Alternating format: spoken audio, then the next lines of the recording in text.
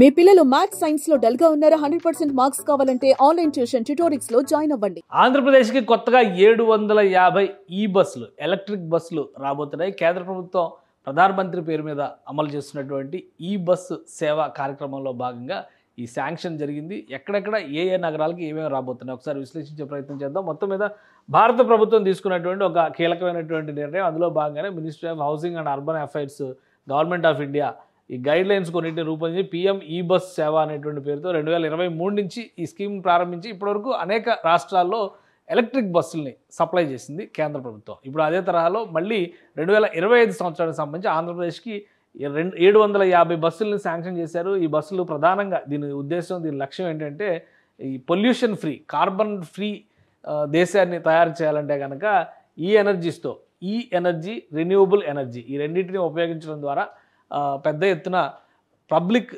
ట్రాన్స్పోర్ట్ని ప్రోత్సహించాలని కేంద్ర ప్రభుత్వం నిర్ణయించింది. ఇందులో భాగంగానే గతంలో 2000 బస్సుల్ని ఇచ్చింది.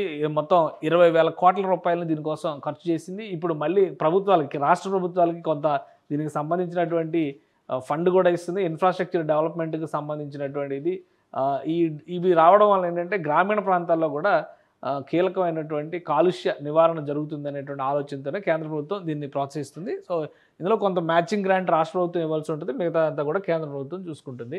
ఆ క్రమంలోనే ఇప్పుడు ఆంధ్రప్రదేశ్లో మొత్తం 750 బస్సుల్ని శాంక్షన్ చేశారు. ఈ 750 బస్సులు ఒకసారి చూద్దాం ఏ ప్రాంతాలకు ఎన్నెన్ని బస్సులు ఇచ్చారనేది.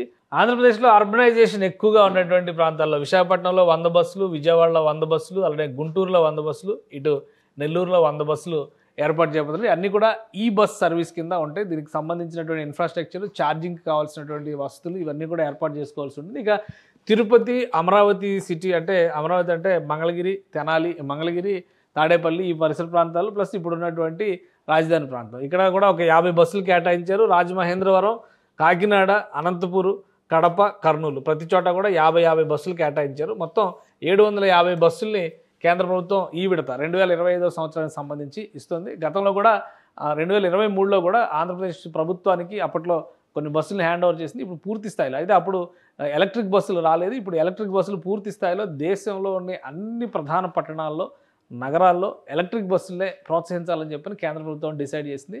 అందులో భాగంగానే ఈ పీఎం ఈ బస్ సేవ అనేటువంటి ప్రోగ్రామ్ని తీసుకొచ్చారు. 2 ఫేజులుగా నిర్వహించారు. ఇప్పుడు ఆంధ్రప్రదేశ్తో పాటు కర్ణాటక, మహారాష్ట్ర, తెలంగాణ రాష్ట్రాలకు కూడా ఈ బస్సుల్ని శాంక్షన్ చేశారు.